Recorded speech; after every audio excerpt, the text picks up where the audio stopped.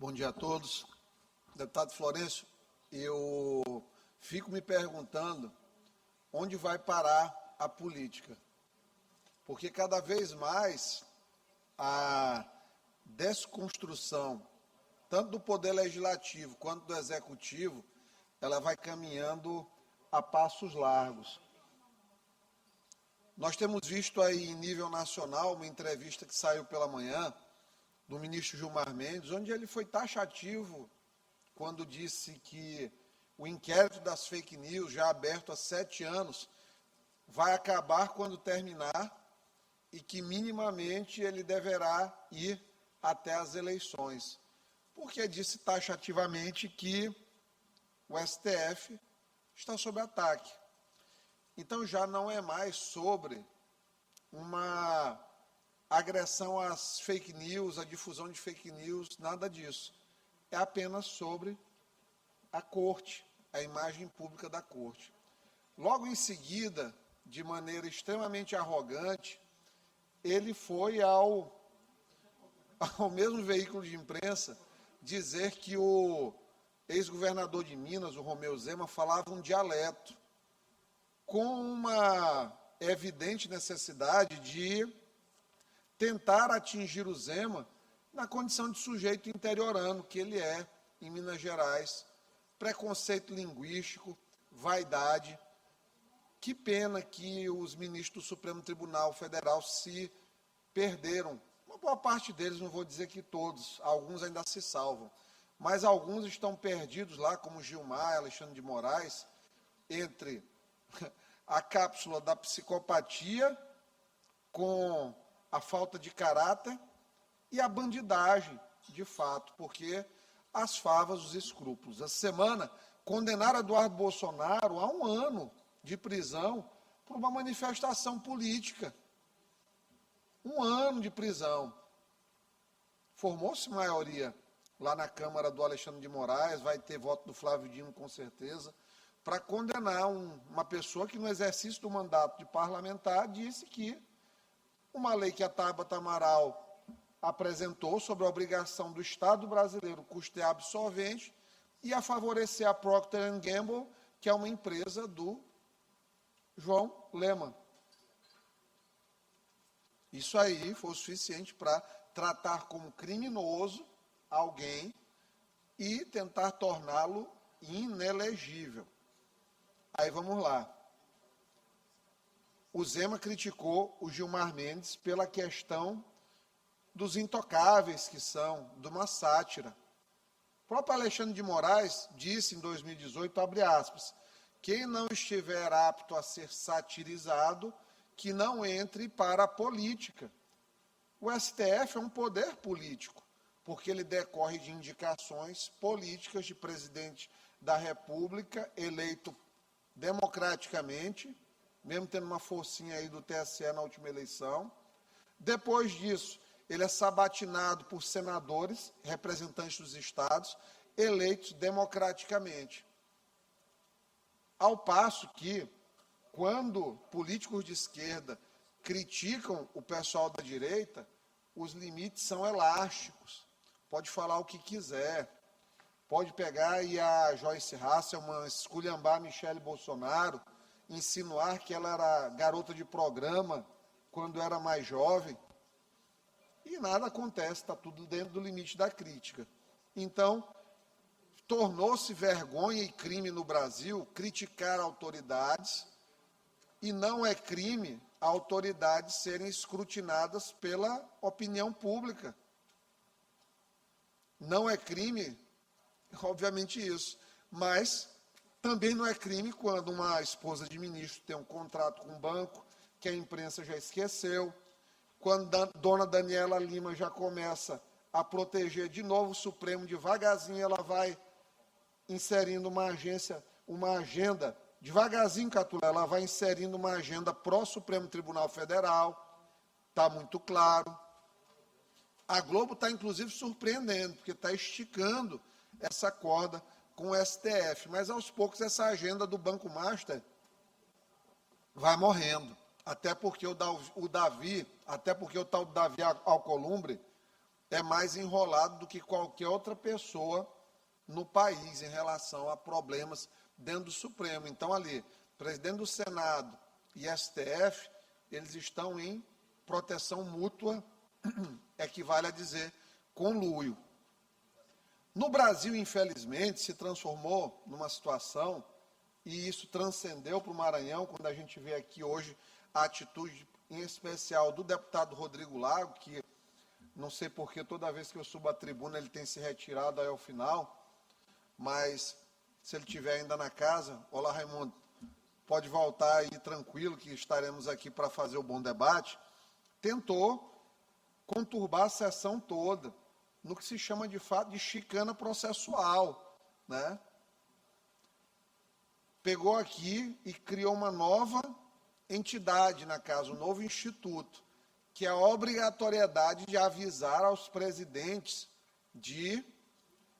os líderes de bloco, que tem que ter uma sessão, pegando como base o inciso 5º do inciso 5, pegando como base o inciso 5 do regimento, no artigo 44, que diz lá, olha, tem palavra no trabalho das comissões, qualquer deputado até 10 minutos, membros da comissão e líderes de bloco. Em nenhum momento fala que o líder de bloco é participante da comissão, tanto que não tem direito a voto. Se ele não tem direito a voto, ele não tem obrigatoriedade de ser formalmente comunicado, não tem isso em nenhum momento do nosso regimento. Também, pega aquele regimento ali para mim, Braulio, por favor, aquele teu ali, aquele bonitão, aquele caderninho, manda aqui para cá. Então, no 52 também, já no parágrafo 5º, aquela tua pesca que tu tem ali, aquele bonitão, aquele... Ah, não, está aqui comigo, eu trouxe, te raptei ele. Ó, já no 52, inciso 5 aqui, o outro era parágrafo 5º, bem aqui, ó. Durante a sessão, pode usar a palavra autor do projeto, e foi o que eu falei, esse no 52. No 44, fala sobre as reuniões, que foi dito aqui que a reunião foi secreta, mesmo com Carlos Lula participando. Reuniões extraordinárias, e essa foi uma reunião, atendeu o nosso pedido, por conta para buscar dirimir a questão de ordem apontada pelo deputado Rodrigo, o artigo 5º ele diz assim, ó, as reuniões extraordinárias serão anunciadas com a devida antecedência, não estipula um prazo taxativo, só devida antecedência é o prazo suficiente para que os membros se façam presentes e deverão ser comunicadas aos demais membros da comissão. Está aqui escrito, membro da comissão. Presidente, líder de bloco, ele não é membro de comissão. Cada comissão tem 7 participantes, 7 titulares, 7 suplentes. Então, aqui o parágrafo 5º do 44, ele é claro, as reuniões são avisadas aos membros da comissão, por meio eletrônico, um grupo de WhatsApp, ontem apareceu no grupo lá, inclusive na condição de suplente, eu fui comunicado, telegrama ou aviso protocolado, designando-se no aviso da convocação dia, hora, local e objeto. Tudo isso aqui foi delineado. Mas aí foi assim, criado um clima, que é um clima que precede essa tentativa que a gente já sabe que vem, de judicialização. O que é que vai acontecer? O ministro Flávio Dino é o ministro que menos tem processos no STF.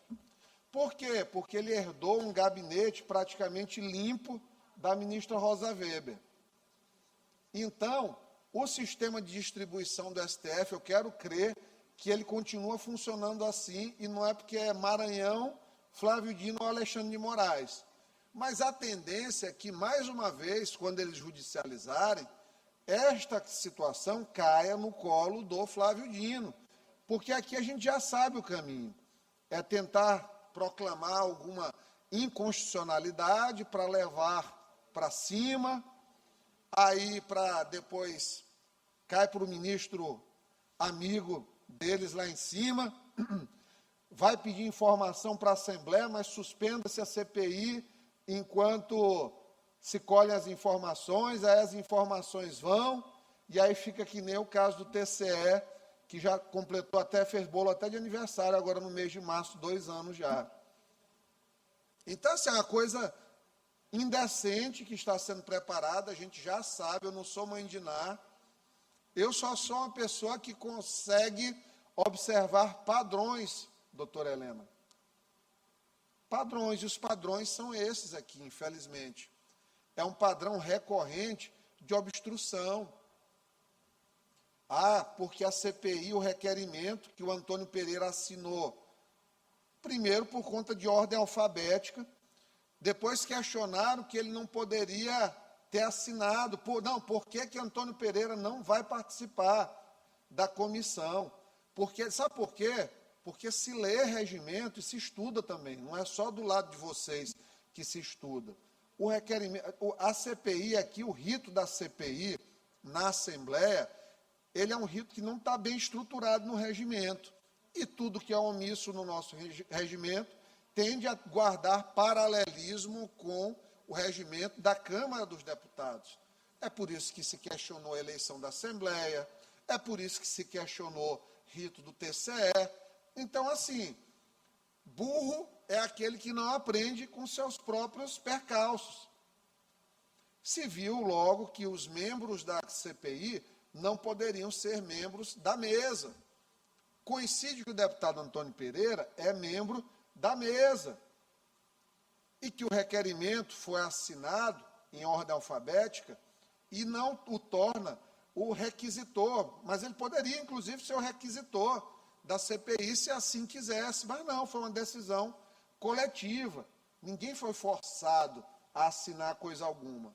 Até porque eu não acredito que alguém se permita ser forçado a coisa alguma em relação a assinar uma CPI. Então, a verdade da história toda é essa aqui. A verdade é que estão querendo tentar criar artificialmente, mediante essas grosserias que acontecem às vezes no plenário, que eu até me solidarizo com o senhor tem muita paciência. O senhor é um cara de grande paciência, é um mestre zen. Acho que todo dia deve receber alguma massagem, alguma coisa assim, que ele, ou o calmante está em dia, alguma coisa, que é muito tranquilo. Que assim, é uma gritaria que a minha parte neurosensorial, ela grita com esse tumulto, com esse pandemônio que às vezes é criado aqui artificialmente. E eu sei que artificialmente o deputado Rodrigo é uma alma boa, diferente do que foi dito da alma dele uma vez aqui na tribuna. Não considero que seja oleosa aquele ponto. É uma alma boa, mas está no momento de reposicionamento, isso gera ansiedade, é normal. Não é não, Bandeira? Graças a Deus, seu dedo hoje está melhor com a nossa prescrição. Obrigado, Bandeira, pelo reconhecimento. Viu, doutora Helena? Salvei o dedo do Bandeira da amputação aqui, que ele estava triste aqui. Então, o deputado Rodrigo faz essas coisas com uma pessoa como o deputado Antônio, que é uma pessoa da paz, é um Mahatma Gandhi, assembleano aqui, praticamente. Então fica nosso desagravo aqui, presidente, porque eu acho que o senhor não merecia isso aqui, esse tipo de pandemônio artificial. Mas como eles estão vivendo aquela coisa que já estudaram muito bem, que é a catastrofização premonitória, ele já sabe que a coisa está difícil. Então, assim, estão se preparando para o pior já. Só que eu tenho que dizer que, nos estudos que a gente faz sobre a mente humana, que é uma curiosidade que eu tenho, que essa catastrofização premonitória, que é uma palavra difícil de falar, mas ela é bem estudada, ela gera muita ansiedade. E a ansiedade aumenta o cortisol, que vai aumentar as catecolaminas endógenas, que aí vai elevar a pressão arterial. E eu aumenta até o tônus esfincteriano. E aí eu começo a me preocupar com a saúde dos meus colegas, que afinal nós não somos mais tão jovens aqui. Então eu peço aqui à presidência da casa, à mesa, que inclusive considere a possibilidade de instalar uma ambulância aqui nas proximidades, porque está ficando perigoso. O pessoal está se irritando muito aqui. Palavras pesadas, sentimentos ruins, altas quantidades de cortisol endógeno circulante. É uma coisa, Antônio, que me preocupa, porque eu não quero ver um colega meu aqui caído, tendo um infarto, uma angina pectoris, uma coisa assim. Eu os quero com saúde, os quero reeleitos, felizes. E eu acho que não é esse o caminho. Esse caminho aí de raiva, de aversão a um presidente tão fraterno. Olha o sorriso dele. Esses cabelos sempre bem cuidados. É isso. Então, assim, eles querem transformar uma coisa simples, que é uma CPI, numa tentativa aqui de conturbar os trabalhos. E o pior é que não sabe nem para quem estão servindo agora. Porque o Camarão era o candidato, aí Camarão já não é mais candidato, aí os poucos prefeitos que eles têm, eles estão entregando para a Braide. É um negócio muito complicado. Muito complicado. Aí o Braide não os quer. É uma coisa meio triste, porque, olha, rejeição dói. Eu fui uma pessoa que meu pai rejeitou, quando eu e minha irmã, quando nós éramos pequenos, vinha para São Luís, se escondia. Então, rejeição é uma coisa que eu sei que dói. E Braide não é um pai, está longe disso, mas está rejeitando. Então, não quero que meus colegas desenvolvam esses sentimentos nessa fase da vida. Já são tantas as feridas da vida, para ter mais essa aí eu não recomendo. Então, presidente, mais chá de erva cidreira nessa casa e menos raiva na tribuna, nas bancadas, nas discussões. Que tenhamos aqui ternura no nosso coração, porque ternura é necessária também para fazer um bom enfrentamento. Não é não, Bandeira? Tem que fazer com coração leve, coração desprovido de ódio. Eu acho, não é não, Cid? Mais erva cidreira aqui nesta Assembleia. Chegou aqui um pedido para mim de um eminente membro aqui da mesa. Ele colocou erva cidreira, né? Não é a mulher de Adão, é a erva cidreira. Mas está tudo certo. Sigamos firmes aqui na luta contra o analfabetismo funcional também, nesta casa. Obrigado.